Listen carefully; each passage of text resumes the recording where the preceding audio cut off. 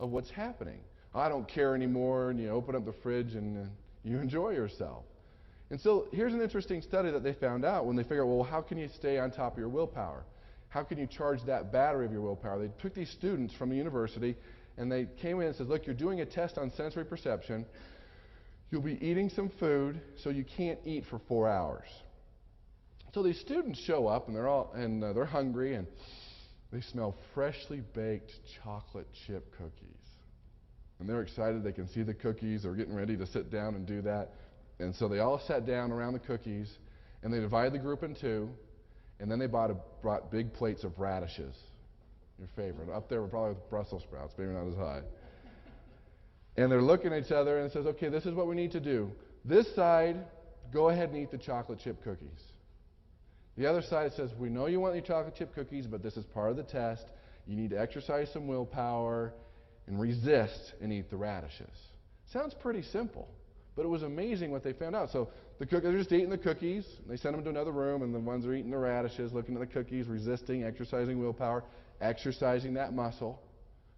And then they sent them to another room to where they had puzzles that were unsolvable. You couldn't solve them. They want to see how long they would go before they gave up. Such an interesting thing. What they found out is those who had the radishes, those who exercised their willpower, those that drained their battery, gave up 3 times faster than the ones who ate the chocolate chip cookies. And so you have to look at yourself. If you're exercising your willpower all day long, you have to say, okay, by the end of the day, it's going to get pretty low. And here's some things they found out. If you want to recharge that battery, things they found that works is you have to be careful. First of all, negative emotions drain your willpower. Worry, hate, resentment will drain your willpower faster than anything else. So on the flip side, positive emotion charges your battery. Good emotions. Looking towards the future, seeing the vision. Some people read affirmations. Sometimes you just need a little quick nap to recharge your battery. Another thing they found out is humor recharges that battery. Maybe you need to watch a little Seinfeld or something, whatever it is, to get a little laugh. That's worked. But the biggest thing is that you need to be aware that your willpower is low and you need to recharge it. That's all part of that commitment. And part of that commitment, too, is having that burning desire. Napoleon Hill talks about this, that burning desire. You want it more than anything else. I should be able to wake you up at 3 o'clock in the morning. So what is your primary goal? What do you want to focus on? What do you do in that burning desire? People will throw water on it. We talked about that, to have that burning desire. And you need to have vision. Vision of the future more than anything else will dictate your day-to-day decision. Do you see yourself in the future? Can you taste it? Can you touch it? Can you feel it? When you look at the things you want to accomplish, are you already there? Again, the universe will not reward you physically until you believe it mentally. And number 3, emotional mastery.